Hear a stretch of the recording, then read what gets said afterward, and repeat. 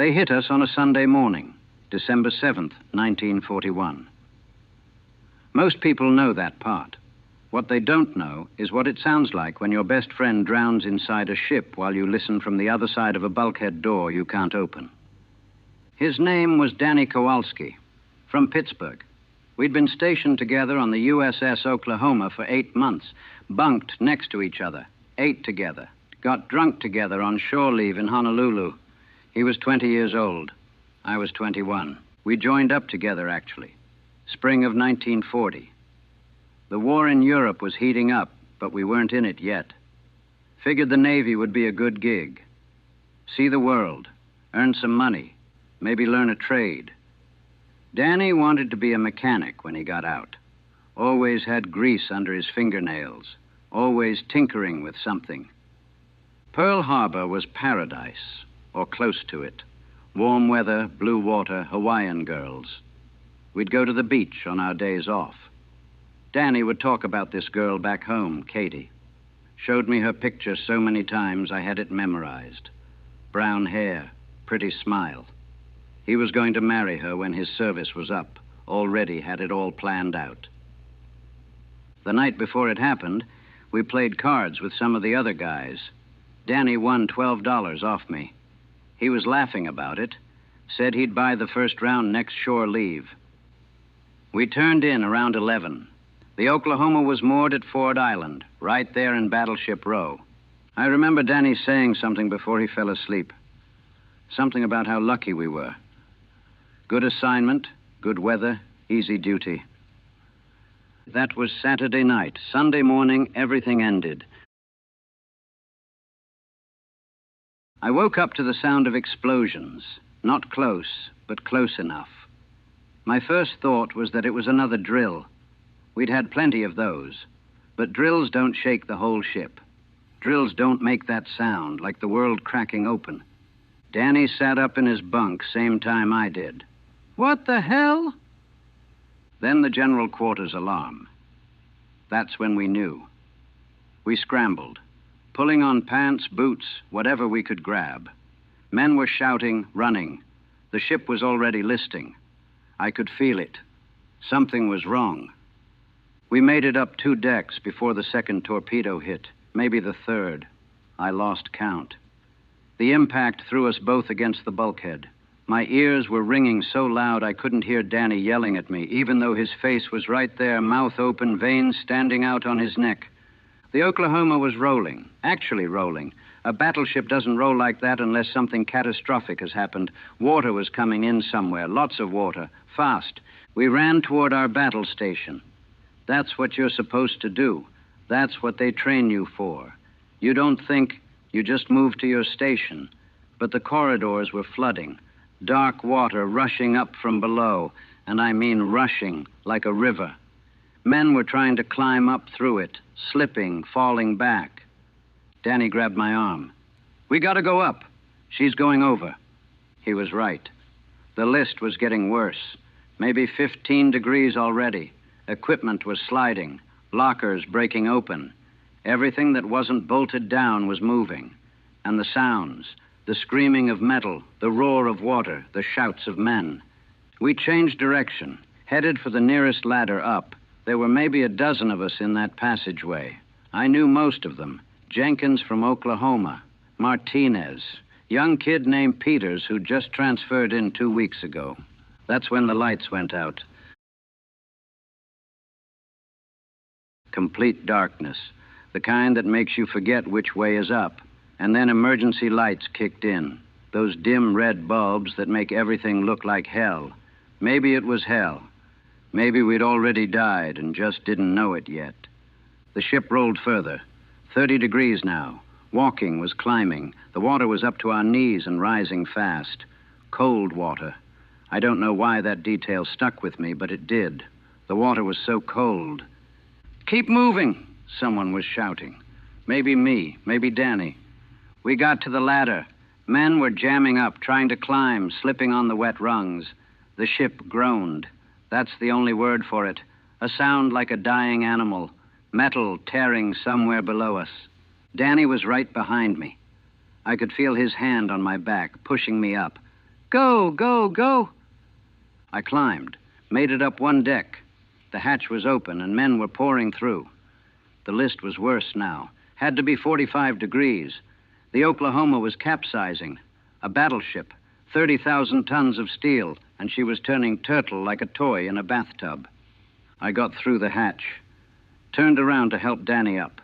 He was there, one hand reaching for me. Our fingers touched. Then the ship rolled again. The hatch slammed shut, not from anyone closing it, from the angle of the roll, gravity and momentum. It just swung shut with Danny on the other side. I tried to open it, grabbed the wheel, pulled with everything I had. It wouldn't budge, the pressure, the angle, something. I could hear him through the steel door, pounding, screaming my name. Danny! Danny! Other men were pulling at me. She's going over! We gotta move. The water was at our waists now. We were climbing on the walls because the walls had become the floor. I could still hear him pounding, getting fainter. Or maybe I was just getting further away. The other men were dragging me toward another ladder, another hatch, another chance to get out. The Oklahoma rolled past 90 degrees. We were inside an upside-down ship now, trapped in air pockets, water chasing us through the corridors. Men were screaming, praying. Some had just gone quiet with shock. We found a pocket, an airspace where a section of the ship was sealed enough to keep the water out. Maybe 20 of us crammed in there, in the dark, in the red emergency light. The ship was upside down, and we were standing on what used to be the ceiling. Someone had a flashlight. The beam cut through the darkness, showing faces I recognized. Jenkins, Martinez, young Peters crying silently. Danny wasn't there. I knew where he was. He was on the other side of that hatch. Maybe he'd found another way out. Maybe he'd found an air pocket. Maybe. But I knew. We were stuck there for hours, in that pocket. The sounds from outside were worse than anything. The bombs kept falling. You could hear them hitting the water, hitting other ships, explosions. The whole harbor was being destroyed, and we were trapped inside a coffin listening to it happen. Some of the men tried to find a way out, tried different hatches, different passages. Everything was flooded or blocked. The ship had settled upside down on the harbor bottom. We were in a steel tomb with the water pressing in from all sides. Men started talking to pass the time, or maybe to keep from going insane. Jenkins talked about his daughter, 3 years old. Martinez talked about his mother in San Antonio. Peters just cried. I didn't talk. I kept thinking about that hatch, about Danny's hand reaching for mine, about how close we'd been, 6 inches, maybe less. If I'd been faster, if I'd grabbed him tighter, if the ship had rolled 1 second later. The air was getting bad. You could feel it, thick, hard to breathe. Some of the men were getting drowsy, carbon dioxide poisoning. We'd all been trained on it, but training doesn't prepare you for the real thing. Someone said we should pray. So we did. Grown men, sailors, warriors, praying like children in the dark. I don't remember what I prayed for. Maybe for Danny. Maybe for all of us. Maybe for it to just be over. I must have dozed off. The bad air, the shock, the exhaustion. When I woke up, if you could call it waking, I heard something. Tapping, metal on metal. From outside the hull, rescue crews. They were cutting through. It took them 2 days. 2 days we were in there. Some of the men didn't make it. The air, the stress, injuries we hadn't noticed in the chaos. Peters died on the 2nd day. Just went to sleep and didn't wake up. He was 18 years old. When they finally cut through, the light was blinding. Real daylight. I'd forgotten what it looked like. They pulled us out one by one. 32 men went into that ship. They pulled out maybe 300 total from different pockets throughout the hull, but over 400 died, trapped, drowned, crushed. Danny was one of them. They took us to the hospital. checked us over. Minor injuries mostly. Cuts, bruises, dehydration. Physically, I was fine. That's what the doctor said. You're fine. You're lucky. Lucky. I was in the hospital for 3 days. Through the windows, I could see the harbor, the smoke, the wrecked ships. The Oklahoma was still there, capsized, her hull breaking the surface like the back of a whale. Danny was still inside her.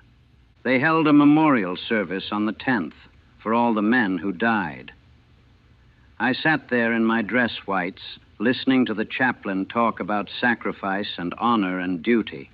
400 men from the Oklahoma alone, 2,400 total from the whole attack. I kept thinking about the pounding, his fists on that hatch. How long had he kept pounding after I couldn't hear him anymore? How long had he been alive in there, in the dark, in the water? They gave me leave, sent me back to the States to recover, to see my family, to process what happened. That's what the officer said. Process. I went home to Cleveland. My parents were so relieved I was alive. They'd heard about Pearl Harbor on the radio, knew I was stationed there. They thought I was dead until they got the telegram saying I'd survived. My mother kept hugging me, crying, saying, "Thank God, thank God." My father shook my hand, tried not to cry, failed.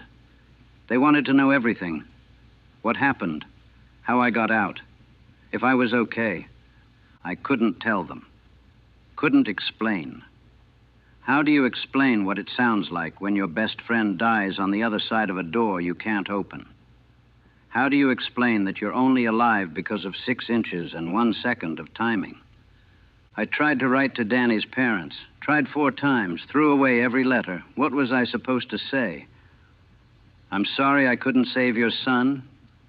I'm sorry I was on the right side of the hatch and he wasn't. I'm sorry I'm alive and he's not. I never sent anything, never called, never visited. I couldn't face them, still can't. It's 1955 now, 14 years since Pearl Harbor. I'm 35 years old, married, 2 kids, got a job at a factory in Cleveland. On paper, I'm living the American dream. The life Danny and I used to talk about having someday. But I'm not really here. Part of me is still in that ship, still in that corridor, still reaching for Danny's hand, still hearing him pound on that hatch. I dream about it most nights.